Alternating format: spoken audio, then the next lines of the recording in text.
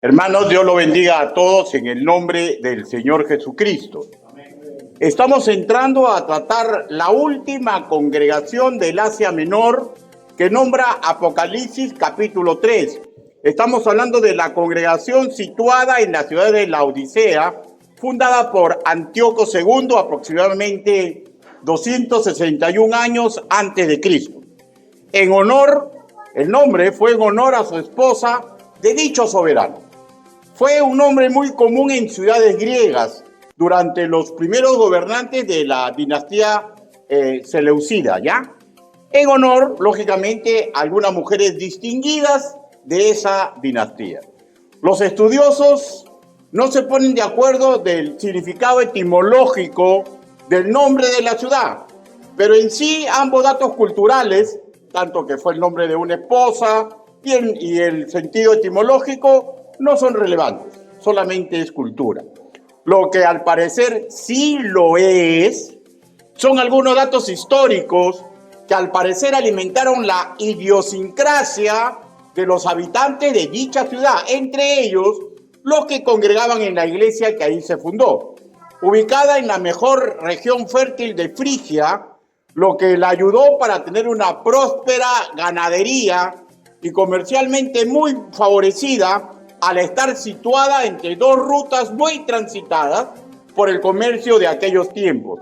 Siempre la Odisea fue una ciudad muy rica, tanto en la época griega y bajo el Imperio Romano. Para muestra un botón. En el año 60 después de Cristo, un terrible terremoto asoló a Frigia y la ciudad fue reducida a ruinas. Ahora, usted comprenderá, ¿no? Imagínense, su ciudad es sometida a ruinas y el gobierno peruano o el gobierno de cualquier país manda ayuda. ¿Saben lo que le respondieron los de esta ciudad? Que ellos no necesitaban, que ellos solos iban a levantar la ciudad. Y efectivamente lo hicieron, orgullosos y tenían muy buen billete, ¿no es cierto? Y esto lo cuenta el historiador romano Tácito. Así era de opulente, ya, económicamente y de orgullosos los miembros de esta ciudad. El erudito en griego y comentarista bíblico Bill Mounce, ya, norteamericano él, sobre su triple recurso económico que influenció en la idiosincrasia de los habitantes de esta ciudad, ojo que también ahí están incluidos los nacidos de nuevo, escribió así: se notaba de manera frecuente que la Odisea se enorgullecía en sí misma por estas tres cosas: riqueza financiera, buenos comerciantes, ¿no? Buenos comerciantes, una industria textil extensa. Ellos tenían la famosa lana negra, que era muy apetecible en todo el mundo de aquel entonces, y tenían un ungüento para los oídos y un colirio para los ojos muy populares, y era exportado a todo el mundo conocido. Otro dato interesante que nos puede ayudar a delinear la idiosincrasia general del habitante de la Odisea es que su gran problema siempre fue el abastecimiento de agua potable que venía de afuera de la ciudad. El comentarista David Guzik, de esta particular desventaja que los hacía demasiado vulnerables si eran sitiados por un ejército enemigo, escribió que tradicionalmente los líderes políticos de la Odisea siempre fueron complacientes con cualquier enemigo potencial que presumían que podía cortar el agua potable, ¿no? Y siempre querían negociar y no comprometerse a luchar por miedo a este peligro. Agrego, de hecho, los que hacían sus gobernantes era avalado por los ricos comerciantes y por el pueblo en general, que vuelvo a repetir, era una sociedad muy pudiente.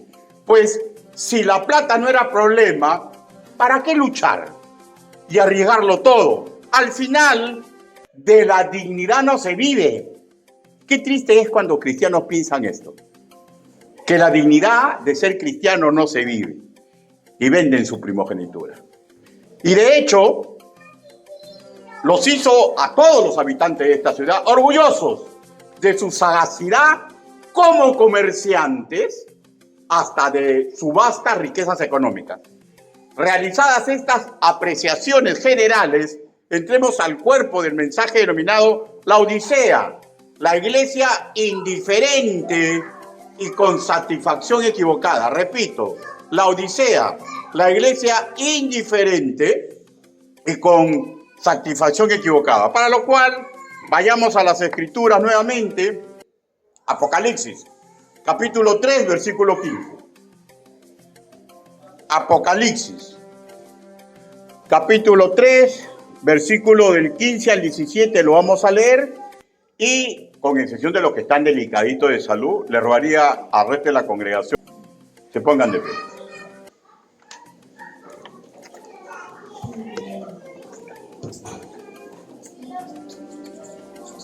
Apocalipsis, capítulo 3, versículo del 15 al 17. La palabra del Señor dice así: yo conozco tus obras, que ni eres frío ni caliente.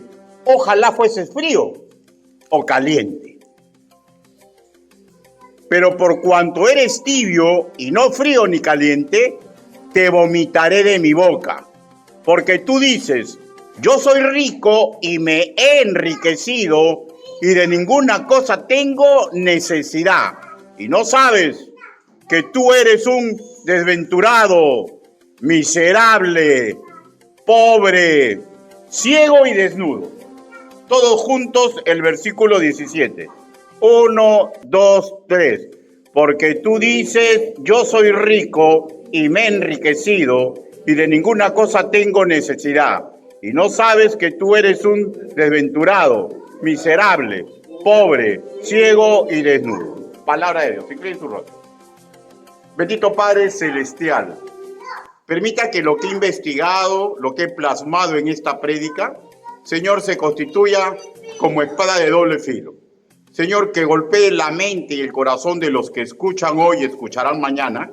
Señor, y que a mí me haga recordar que, Señor, si me olvido de usted, puedo volverme pobre, desventurado y todos los adjetivos calificativos que usted le entregó a los de la Odisea. Ayúdenos, Padre, para que ese regreso a un pasado, Señor, sin usted, nunca regrese a nuestra vida. Ayúdenos. Así le suplicamos, así le pedimos, en el nombre bendito, precioso y poderoso del Señor Jesucristo. Amén. Por favor, tomen asiento.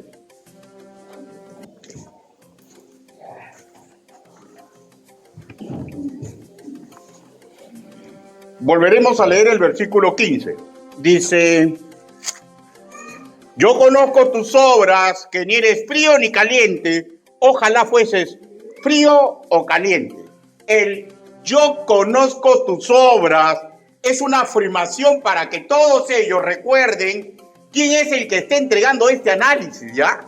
Ahora, de sus títulos que nos recuerden el versículo 14, uno de ellos me pareció el más significativo, pero para precisar este primer análisis, porque en el análisis que Cristo está entregando, escúchenme ya, no es un analista cualquiera, porque en él no hay aproximación, en lo que él dice no hay error, es tal cual él dice lo que está ocurriendo. Y ya sabemos, el énfasis de Cristo y de aquellos que predican como sus aladiles, ya, es desnudar flaquezas y malas acciones, no diciéndole la vida a alguien, sino hablando lo que dice la palabra del Señor para que cambien de actitud y en registrar virtudes para que no se descienda de ese nivel, ¿ya? Y escúcheme, por favor, en su vida personal y en la mía, nada escapa de su vista. Yo puedo engañar a toda la congregación, puedo engañar a todo el Perú, puedo engañar a mi esposa y a mis hijos, pero a Cristo nunca. Tengamos sumo cuidado con esas cosas, porque Él no puede ser engañado. Nunca nada ha escapado de su vista. Con respecto a ellos, lo preocupante es que en el análisis que Jesús les da, no afirma que poseían ninguna virtud de comportamiento, pero tenían buen comportamiento. Era pantalla. Afirma que no hay ninguna virtud de comportamiento, ningún uso de ningún don espiritual, absolutamente nada. Tampoco se nombra que en esta congregación hay un remanente, lo que nos lleva a solamente dos posibles escenarios. El más triste y lamentable es que en esa congregación no había ningún creyente nacido de nuevo. Y el otro, que también es lamentable, pero es menos preocupante, ya, pero es un poco raro que no hable de este remanente, que los que ahí hubo estuvieron completamente aletargados, grandemente adormecidos. Los continúa describiendo y primero les dice, ni eres frío. El término que traduce frío en el griego koiné, si vemos su raíz idiomática para atrás, tiene una raíz principal en el vocablo tsukho, que implica un respirar forzado. O sea, no da para más. Y las interpretaciones podrían ser múltiples. Puede ser que no dan para más porque no hay poder divino en ellos. Y si así, es que no son nacidos de nuevo. Pero puede también ser que respiran forzado y no dan para más porque están con una enfermedad espiritual que tiene que ver mucho con su idiosincrasia de mejor no luchar por su dignidad. Además, razonar siempre por lo que a ellos les conviene. Y en esta forma, ¿por qué luchar? ¿Por qué asistir al culto? ¿Por qué pedir consejería? ¿Por qué asistir a las capacitaciones? ¿Por qué? Si estoy cómodo con lo que tengo y con lo que voy a hacer cuando no vaya a esa situación. ¿Se dan cuenta? ¿Cuál de estas dos realidades les correspondía a esta congregación? La verdad, a ciencia cierta, no lo sabemos. Y a la verdad, por ejemplo, yo sé si sé mi realidad en un 90%, no al 100%, porque no soy omnisciente, ni yo mismo me conozco completamente. Cristo sí. Yo, por ejemplo, no sé la realidad de ustedes, que ustedes sí saben. Y ustedes saben si quieren engañar. Ustedes saben si están engañando, pero a Cristo no lo engañamos. A Cristo no lo podemos señalar. Con respecto de ellos, a ciencia cierta, no sabemos cuál de estas situaciones fue su realidad. Lo que sí sabemos, por ejemplo, que en esta ciudad, porque es una ciudad rica y saben cómo son los judíos donde está la plata, hacen banquete. Había un poderoso grupo de judíos. Sí había en esta ciudad un poderoso grupo de judíos. ¿Ya? Pero es raro, ¿ya? Porque los más recalcitrantes no los atacan, porque no lo ven como enemigos. Las autoridades romanas tampoco los atacan. Los gremios griegos, que saben cómo era el gremio griego, ¿no? Cada industria tenía un gremio y tenía un dios tutelar, y tampoco los atacan. No se tiene noticia de ningún ataque externo, tampoco se tiene noticia de infiltrados, de falsos maestros, y todo esto de por sí ya es sumamente raro en una iglesia del Señor. Que estén sumamente cómodos en el cristianismo, que no haya ningún ataque ni por fuera ni por dentro. Y creo que todos sabemos, ¿no? Escúcheme, por favor, que estar súper cómodo, ¿ya? El que está súper cómodo, o el que está haciendo las cosas por su comodidad, dejando de lado la cruz de Cristo, ¿ya? No quiere que le saquen de esa comunidad. ¿Para qué? Si así la vida es más sabrosa, ¿no? También le dice, ni caliente. En el griego koiné, el vocablo cestos, literalmente hervido, en forma figurada, ferviente. Explico, no eran creyentes que vivían el evangelio en una forma apasionada, en una forma vehemente. Lógicamente, esto tampoco pasa con ellos. El Señor nunca se equivoca. No ardían por llevar adelante la obra del Señor. Pues, si fueron incrédulos, o si fueron simples religiosos, o si creyentes verdaderos, estaban sumamente aletargados por lo que el mundo les estaba ofreciendo. por lo que el mundo les está ofreciendo. Y en la tercera parte del versículo expresa un sano deseo. Ojalá fueras frío o caliente. Y permítame analizar esta idea. Alguien que se siente frío y no está cómodo con esta situación de frialdad, va a intentar abrigarse, ¿no es cierto? Para que le suba la temperatura, ¿o no? Ahora, con respecto a algo espiritual, ¿quién podría darle ese abrigo? ¿Quién podría darle esa medicina espiritual para que le suba la temperatura y para que se vuelvan calientes, apasionados del Evangelio? Solo Cristo. Pero el Señor a nadie va a obligar a nada. No va a obligar a un incrédulo a que su corazón palpite por Él. No va a obligarlos a morir para el pecado. Y no va a obligar a un verdadero creyente a que viva para la gloria y honra suya. Si usted decide no ir a cualquier situación que usted sabe que conviene al Evangelio, Dios no lo va a obligar. Porque es claro, ¿no? Al que así le está sucediendo, su corazón todavía no palpita completamente por Dios. Y Dios es paciente. Dios es paciente. Pero se ha puesto a preguntar, ¿cuánto pierde el creyente cuando le suceden las cosas? Y justamente de ese temita, por el cual pierde el trabajo, por el cual termina en la cárcel, por el cual su familia termina en problemas, por el cual su iglesia termina conmovida por culpa de él o de ella, es el tema que se trató cuando cómodamente dijo, no voy allí, no voy a trabajar, no voy a hacer porque no me conviene. Ahora, uno no es religioso, ¿no es cierto? Porque a veces no se puede. Y la iglesia ha creado, por ejemplo, en esta congregación, no sé cómo será en otras, todo un sistema para los que no puedan escuchar las enseñanzas que les conviene, se les puede entregar. Pero no se les entrega a todos, porque si no piden, ¿para qué se les va a entregar? Pero sí se les entrega a los que no pueden, porque sabemos que no pueden. Los que están enfermos, los que están con los niños en la escuela dominical, los que están en viaje, los que están disciplinados. Pero si usted no pide y no vino, nadie lo va a obligar a que escuche. Usted tendrá que decir, por favor, mándeme, ¿no? Por ejemplo, como Ismael, ¿no? Está enfermo, ¿no? Y dice, se anticipa, ¿no? Que de todas maneras mandar porque yo sé que está enfermo. Y me dice, mándeme la prédica. ¿Se dan cuenta? O sea, la cosa es así. Pero, ¿por qué no piden con respecto de ellos? ¿Por qué no piden salir de esa frialdad? ¿Por qué no piden?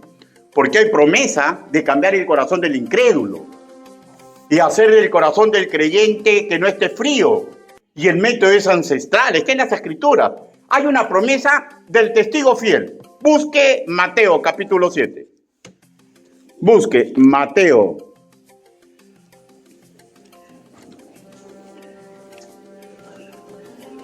Mateo capítulo 7.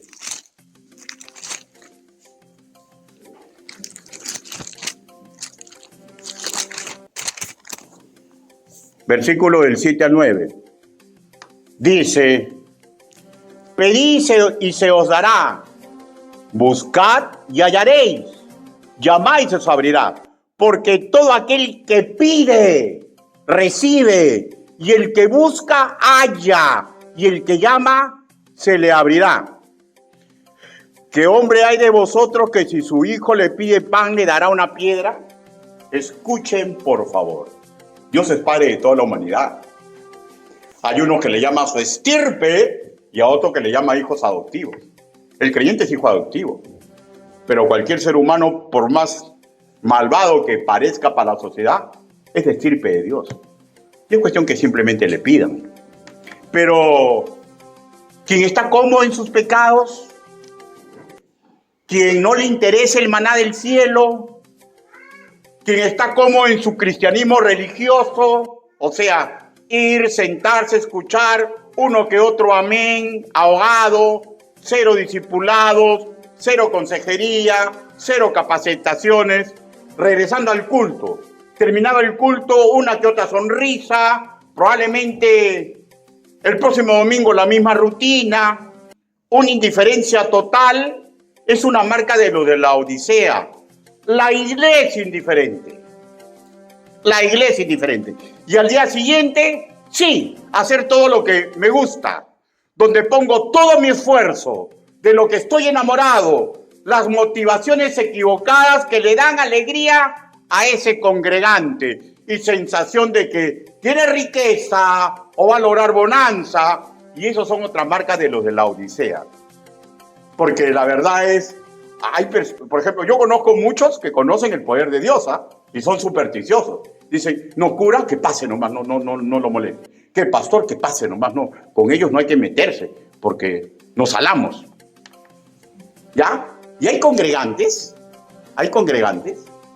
y hay creyentes que están en una situación caótica, pero creen en Dios. Y dicen, ¿para qué pedirle a Diosito que me caliente y me vuelva un volcán para el evangelio? Y si me lo da, no, mejor no pido eso, pues si obra sobrenaturalmente sobre mi persona, va a desubicar mis planes seculares. Y ojo que en esto yo soy un especialista, ¿ya? ¿Saben por qué? A los 16 años me di cuenta de la verdadera trama que era recibir a Cristo como Señor y Salvador. Y comprendí que tenía que trabajar para Él. Y yo no estaba dispuesto a que Él cambie mi corazón, alguien cambie mis planes. Creo que de esta etapa de mi vida, al igual que lo de la Odisea, mi viveza criolla, mi satisfacción equivocada, me dio un sabor nauseabundo, como el que relata Cristo. ¿Ya? Mejor me vomita. ¿Cuándo vomitas? Cuando es algo nauseabundo, que causa daño. Yo creo que en esta etapa de mi vida yo era nauseabundo. Y mi intento tiene que ser no volver a hacerlo. Calladito, sin pactar con Dios, quería yo que me diera más bonito. Calladito me gozaría mucho más. Así la vida me era más sabrosa. Y ahora reconozco qué necio fui. No saben ustedes el tremendo problema en que en el futuro, después de los 16 años, yo me metí. He comido muchos frutos de amargura. Y la verdad, que lo que pasó conmigo, no se lo deseo a nadie. Parafraseando. Ojalá, dice el Señor, no fueras así. Pero lo fui. Porque fui necio. Porque me di cuenta de la trama y no estaba dispuesto a dejar mis planes. Ahora, mi intento como predicador es que a los demás no les ocurra lo que a mí ya me sucedió. Lo que le sucedió a los de la Odisea. Y que le suceda cualquier ejemplo negativo que está en las Escrituras. Para eso predicamos. A veces cuando uno está predicando parece que te está criticando tu vida. No es eso. Es el Espíritu Santo que está usando el trabajo del expositor para confrontarte, para confrontarnos con aquello que sabemos que está mal, pero nuestra carne se resiste a dejar. Lo que leemos en castellano, ojalá, ya, responde al término de griego koiné, ófelon, que en su familia idiomática hacia atrás implica, escuchen ya, la idea de acumular ganancia. O sea, los que así se comportan como mi historia que les estoy relatando de mi pasado, no tenemos ganancia de la que habla el Señor, porque estamos cómodos, como lo de la Odisea. No voy a tener ganancia. A mis ojos yo creo que sí, pero no voy a tener ganancia de las manos de Dios. O sea, y es muy significativo el término que le antecede a ófelon, ¿ya? La palabra griega ofeilo, que tiene dos acepciones, la positiva y la negativa. En su acepción positiva, ofeilo, ojo que es de la misma raíz idiomática de ofelón, que en castellano es ojalá, ofeilo define el estar bajo obligación, cumpliendo un deber, o sea, así se obtiene beneficio acumulativo, ¿ya? cumpliendo un deber. Sin crédulo significaría no sea frío. Implica Jesús murió por ti. Tú eres creación de Dios. Cumple con tu deber primario. ¿Cuál es el deber primario de los que son propiedad de Dios? Salvar su alma del infierno. Acepta a Cristo y no hagas inútil la muerte vicaria de Jesús por ti. Este es el deber del ser humano. El deber del ser humano, ¿saben cuál es el primer deber primario del ser humano? El instinto de conservación. Por eso es que tenemos miedo, pues. Por eso que tenemos fuerza. Por eso nos reunimos en grupo. Porque tenemos el instinto de conservación. Y ese es el primer deber del ser humano, que sabemos muchos van a desoír. Y será la indicación desoída que es completamente fatal, porque la indicación es: corre a los pies de Cristo, salva tu alma inmortal de las garras del infierno, del lago de fuego. Pero si ya creyente, nacido de nuevo, Ofeilo le está diciendo: cumple tu deber, así ganarás tus coronas. Cumple tu deber y deja de ser religioso. Cumple tu deber, prepárate y no te vayas detrás de vaivenes de la vida. Y si crees que no puedes, cumple tu deber. Llórale a Cristo para que cambie tu corazón frío y te entregue uno que palpite por el Evangelio. Pero ¿saben qué? Hay creyentes que saben que este poder existe y no le van a pedir a Dios eso porque están cómodos en las cosas que están haciendo. Y esto es para llorar. Para llorar. Vayamos a los pies de Cristo y cuando vemos que no damos la talla, hazme calzar en esos zapatos, Señor. Por favor, hazme calzar en esos zapatos. Cambia mi corazón frío por uno que palpite por el Evangelio.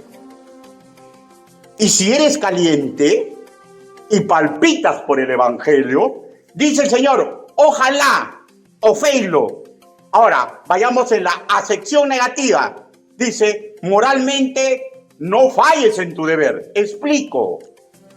No desciendas a la frialdad del religioso, del convenido. Dicho en otras palabras, creyente en Cristo, no dejes tu primer amor. Dios tiene que ser el primer objetivo de nuestra vida. La primera visión que tengamos. La Odisea, hermanos míos, era una iglesia indiferente y con una satisfacción equivocada. No permitamos sea nuestro caso. Y si usted aún no es de Cristo, corra a Él. Porque si usted todavía no recibe a Cristo, usted no sabe cuándo el hilo de su vida será cortado. Y si su hilo de la vida es cortada, el próximo a cortar es juicio.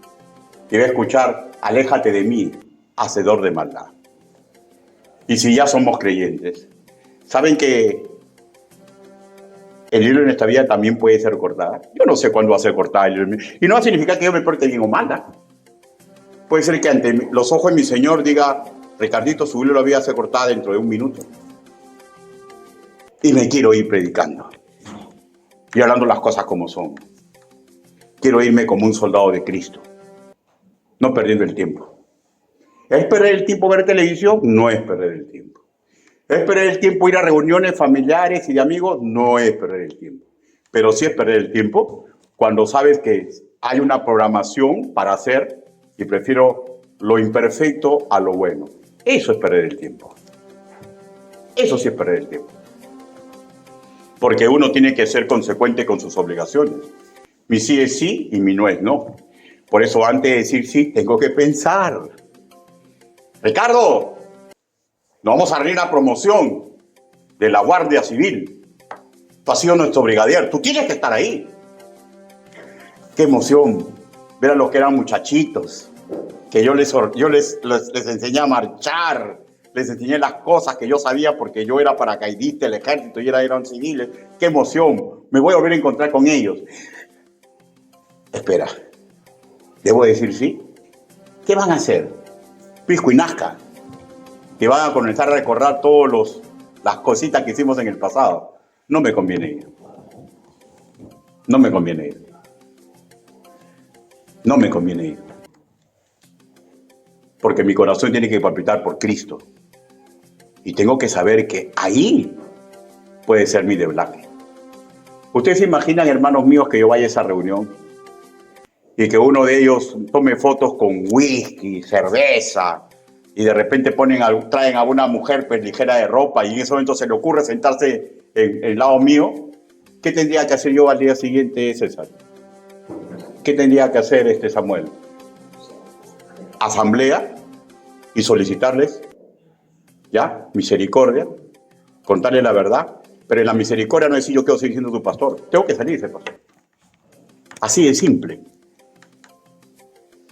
No prefiera las cosas del mundo cuando ya he hecho un compromiso con Cristo, porque ahí puede estar la trampa del demonio.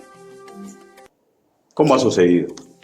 Con muchos creyentes que después lloran amargamente por no haber sabido defender su primogenitura en Cristo. La Odisea era una iglesia indiferente y con satisfacción equivocada. Y si, hermanos míos, estamos perdiendo el primer amor por vivir cómodos o con motivaciones equivocadas por igual, regresemos a la senda correcta. Es un deber ante el principio de la creación.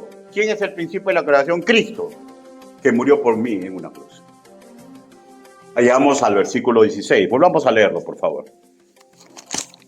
Apocalipsis, capítulo 3, versículo 16. Pero por cuando eres tibio y no frío ni caliente, te vomitaré de mi boca. Hermanos, nosotros no somos de la Odisea y no comprendemos exactamente qué, pero tenemos que buscar información, ¿no? Pero ellos sí comprendían, ¿ya? Los que congregaban en la Odisea, ¿ya? Comprendían a cabalidad esta figura literaria. El agua que llegaba a la ciudad era tibia y de alguna forma barrosa. Para la agricultura estaba muy bien, pero para tomarla, los que no tenían costumbre le escupían. Los habitantes de la ciudad, incluido la congregación de la Odisea, ya se habían adoptado. No sé cómo la consumían, si la colaban, pero ya se habían adaptado y la consideraban un tesoro. Por ello, por ejemplo, la ubicaron en más de una oportunidad.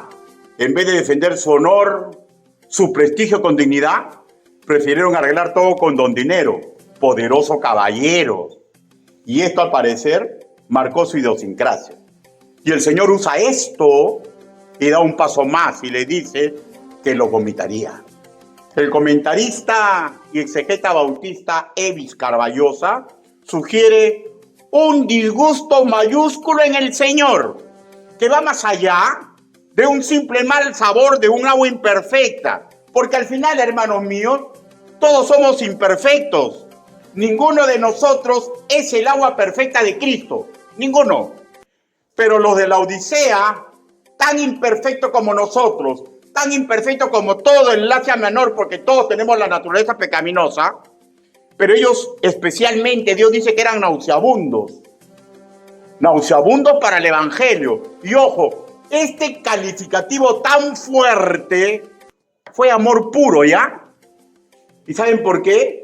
Porque era para ayudarlos a cambiar de rumbo. Para que el despreocupado, al que solo lo motivan cualquier tipo de actividad y nada del Evangelio, para que cada quien, pasados los tiempos, se autoanalice y vea qué es lo que más le conviene a su alma eterna. Y piense más allá de los vaivenes de esta vida. Porque muchos estamos tan atrapados por esta vida que no nos pensamos que la vida es así. Y se terminó. Pero mi alma es inmortal y voy a estar por siempre al lado de Dios o por siempre en el infierno. Charles Spurgeon, tratando esta parte de Apocalipsis sobre estos tibios que no ayudan para nada, en una prédica se expresó así: ahora, tú que profesas y eres tibio, ¿qué es lo que ven los mundanos en ti? ellos ven a un hombre, de hecho, o a una mujer, que dice que va al cielo, pero que está viajando a la velocidad del caracol. O sea, no tienen tiempo para discipularse, no tienen tiempo para consejería, no tienen tiempo para nada del Señor, pero en otras cosas corren. Como el caracol van. Como el caracol. Eso es lo que dijo Charles Spurgeon en 1800 y pico, ¿no es cierto? Y él sigue diciendo, ¿no? Él profesa, el que camina como caracol o la que camina como caracol, él o ella profesa que cree que hay infierno y aún así tiene ojos que no lloran y nunca busca arrebatar armas que van hacia el hoyo. Fin de su comentario. Como el caracol. Son hijos de Dios, pero son indiferentes a la hora por la cual Dios los puso a congregar en un lugar. Como el caracol. Ahora, pero también Charles Spurgeon, que es el príncipe de los predicadores, habla de los hipócritas, ¿ya? De los religiosos, los que llevan una doble vida. Él predicó así. Este es un asunto solemne, amados. Miren, le va a meter cuchillo, pero le dice amados. Porque este es un mensaje de amor. ¿Ya? Amados. De esta manera, un gran daño es hecho a la causa de la verdad y al nombre de Dios. Y el honor de Dios son comprometidos por estos que profesan, pero son inconsistentes. Yo oro para que o dejes tu profesión, o sea, verás con ella. Si realmente eres del pueblo de Dios, entonces sírvele con toda tu fuerza. Pero si Baal es tu Dios, entonces sírvele a él. Él sigue en su comentario. Si la carne es digna de agradar, entonces sirve a la carne. Pero si Dios es el Señor supremo, entonces pégate a él. Fin de su comentario. Ojo, escuchen, voy a aclarar ya. Él no deseaba correrlo de su congregación, sino que él tenía una visión clara de Cristo. Que cuando él inspira estas partes en la Biblia, es para dar ese tipo de mensaje. Y él lo usa basándose en el sentido original. Golpear la mente y el corazón de los incrédulos que de repente estaban en tu congregación, o de los hipócritas que de repente estaban en tu congregación, o los que viven despreocupados que estaban en su congregación. ¿Y saben por qué? Porque Cristo murió por ellos también. Y es una maldad de un predicador no hablar las cosas claras y precisas. Porque Cristo murió por todos. Y no murió Cristo para que uno sea perita de dulce, de decirle a los demás solamente lo que quieren escuchar. Ese no es un predicador de Cristo. Ese es un predicador de Baal. Y Charles Spurgeon no era así. Y yo espero nunca ser un predicador de Baal. Nunca ser un predicador de Baal. En mi estilo voy a decir la verdad. Como otros expositores en su estilo también dicen la verdad. Porque aún es la voluntad de Cristo, del Padre Celestial, que cumplamos nuestro deber. ¿Cuál es el deber de un expositor? ¿Cuál es el deber de un creyente en líneas generales? Ayudar a que las almas se salven y ayudar para que los que están fríos regresen a dignificar el santo nombre de Cristo. Adam Clark ve en este vomitar de Cristo una seria advertencia para el perezoso, ¿ya? Para el descuidado, para el indolente. Pero como la Biblia es sin sexo, entonces diríamos, pues, ¿no? Es para el descuidado, la descuidada. El perezoso, la perezosa. El indolente, la indolente. Él escribió así, parafraseando las palabras del Señor. O sea, como si Dios, como parafrasea lo que Jesús dice, y él parafrasea así. Que Jesús dice así: aunque has estado cerca de mi corazón, ahora debo arrancarte de ahí, porque no eres serio por tu propia alma. El hermano que no es serio por su propia alma no va a cumplir su deber, porque es serio para las cosas del mundo, pero para su alma eterna no es una persona seria. No es una persona seria. Versículo 17. Dice, porque tú dices, yo soy rico y me he enriquecido y de ninguna cosa tengo necesidad. Y no sabes que tú eres un desventurado, miserable, pobre, ciego y desnudo. El Señor Jesús les dice, y él no se equivoca, la autoevaluación que ellos creían que eran, ¿no es cierto?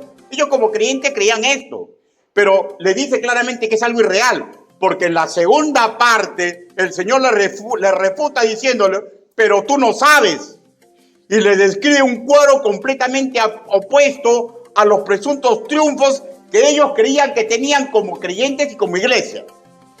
¿Qué opinión tenían ellos de ellos mismos? Primero, decían, somos ricos y me he enriquecido. Esto implica que ellos pensaban que eran más que vencedores, ¿ya?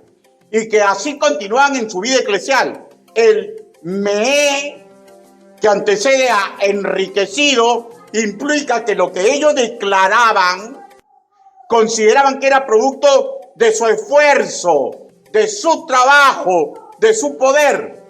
Y la pregunta es, ¿qué los hacía pensar así? De hecho, su mente mundana, ¿ya?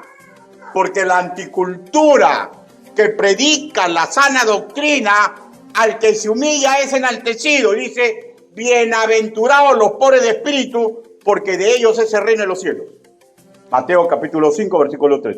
Y de antiguo, si ellos pensaban que era la riqueza, de antiguo se dice así, el Señor da pobreza y riqueza. El Señor nos humilla y nos enaltece. Primera de Samuel, capítulo 2, versículo 7. ¿A qué riqueza se referían los de la Odisea? ¿Podría ser su riqueza material? Puede ser. ¿Podría ser su riqueza intelectual? Porque una ciudad donde hay tanto dinero, tienen plata para contratar, para traer esclavos y que les enseñen todas las artes y la ciencia del mundo. Puede ser. Y era una ciudad muy culta, porque miren que había ganadería, y para haber ganadería tiene que haber personas que manejen, y eso cuesta plata, ¿o no? Había una industria farmacéutica, que era famosa en todo el mundo, y eso no se abre así nomás, tiene que haber técnicos, todo eso cuesta, ¿no? ¿Podría ser su riqueza intelectual? Podría ser sus actividades religiosas o sociales que realizaban, podría ser, y si así, completamente engañados por el sistema del mundo. O sea, no es claro a qué se referían, pero lo que sí es claro que no era real su apreciación, pues el Señor no les dio ningún elogio, ninguna referencia positiva de ellos, y más bien, si Él permitió que fueran acaudalados, no fue por su mano en primera instancia. Ellos mismos reconocen, fue por su propio esfuerzo. Pero que tenía muy buena posición económica es fácil deducir. Porque ellos dicen, de ninguna cosa tengo necesidad. Y cuando sabemos que ninguna cosa es ninguna cosa, incluye el dinero, no necesitaban nada de eso para hacer las actividades que le daban satisfacción. Segundo, repito, ellos percibían erróneamente, de ninguna cosa tengo necesidad. Y esta afirmación ya marca un serio problema de necedad, ¿ya? Pues un creyente, rico o pobre materialmente, un creyente sano o enfermo, un creyente que sea genio, que tenga todos los títulos del mundo o que tenga pocas luces intelectuales y que sea analfabeta, un creyente puede ser pastor, un creyente puede ser en que recién empieza, pero todos tenemos necesidad de Cristo, pues sin su luz admirable en nuestra vida, comprendemos que no valdríamos nada. Y en su apreciación, ¿ya? Que de ninguna cosa tiene necesidad, hay una marcada necedad y pobreza doctrinal. Probablemente la mayoría de ellos eran muy cultos. Probablemente la mayoría de ellos eran muy bien relacionados con los judíos.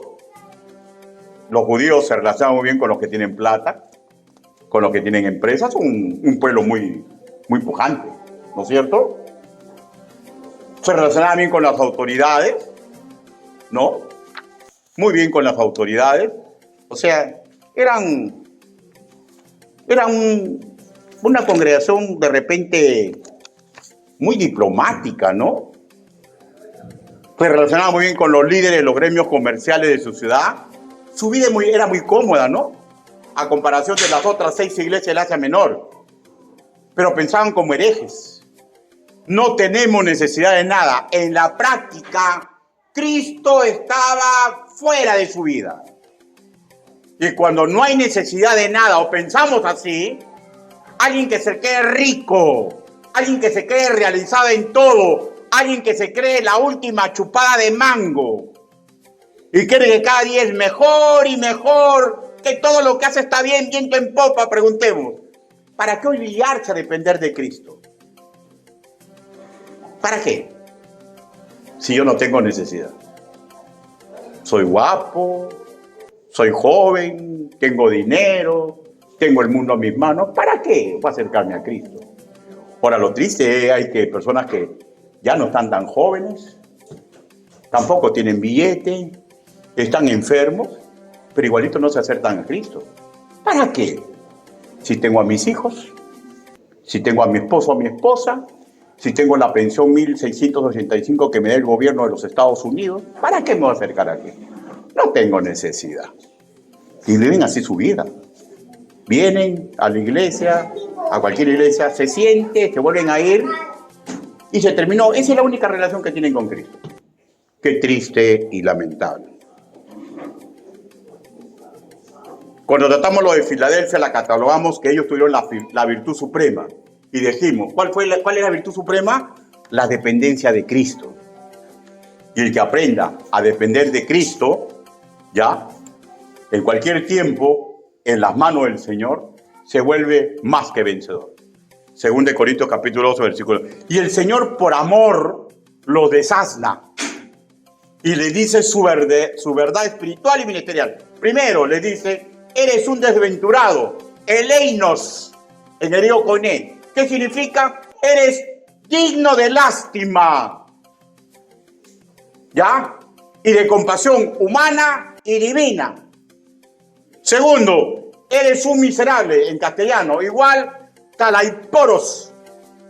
O sea, significa, ha sido puesto a prueba y se ha confirmado que no das la talla. Otra vez, eres digno de lástima. Las pruebas que el Señor te pone, pues. Te pone un programa y tú saltas la garrocha por tu conveniencia. Y la Biblia te dice, eres digno de lástima. Se te puso la prueba y no pasaste porque te conviene. Lo otro, eres digno de lástima. Irónico, ¿no? Con respecto de ellos, ¿no?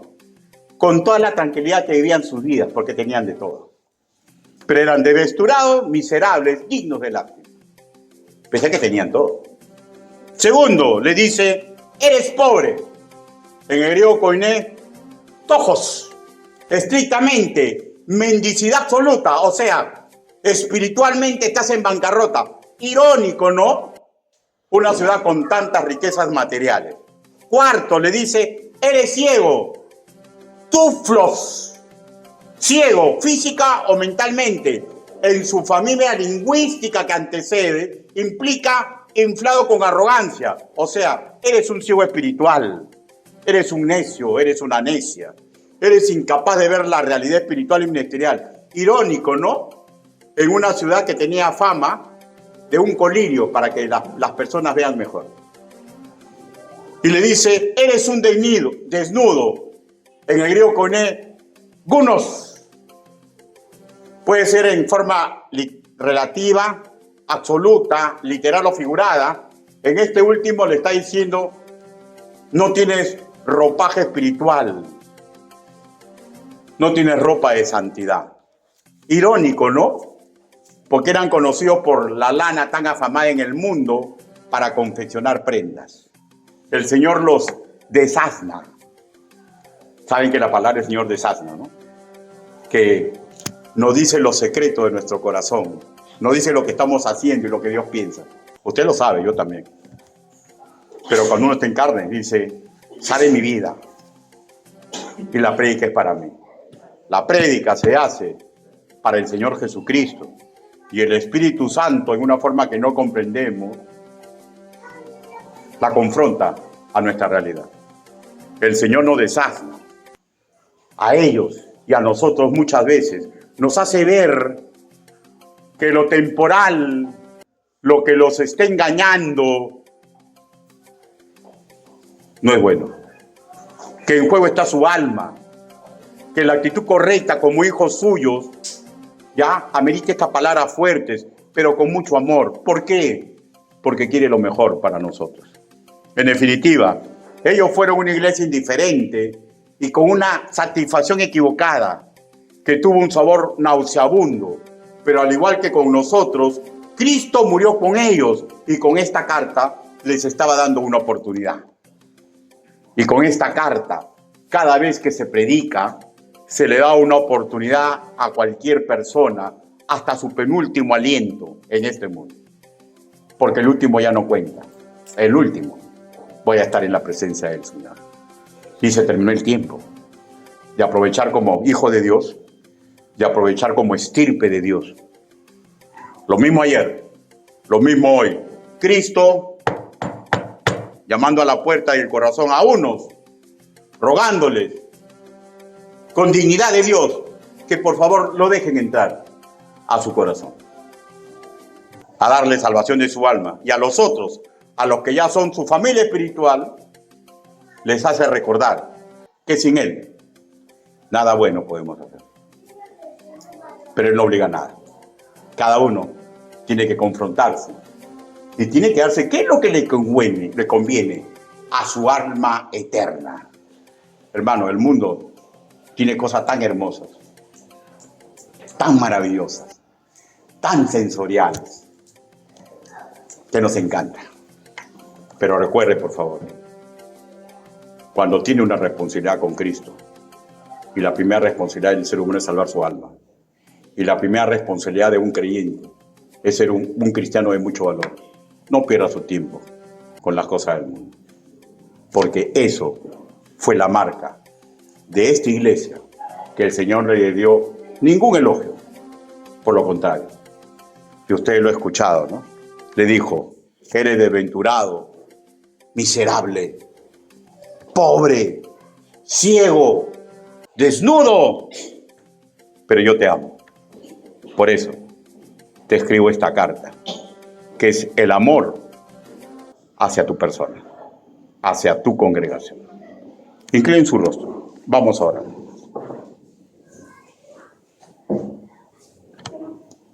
Así con los ojitos cerrados, por favor, todos sin excepción. Quiero hacer una invitación. ¿Alguien quiere recibir a Cristo como su Señor y Salvador? Si ese es su deseo, levante su mano, por favor. Si está deseando levantar su mano, es el Espíritu Santo. Y si usted se resiste a levantar, es su carne. Esa es la lucha. ¿Alguien desea recibir a Cristo como su Señor y Salvador? Levante su mano. Hay una segunda pregunta. Segunda invitación. ¿Alguien desea, hermanos míos, mejorar, alejarse de matar sus compromisos porque nos conviene? ¿Alguien desea mejorar y no ser solamente un simple religioso que cumple su labor que le da su iglesia y después nos vimos con los panchos?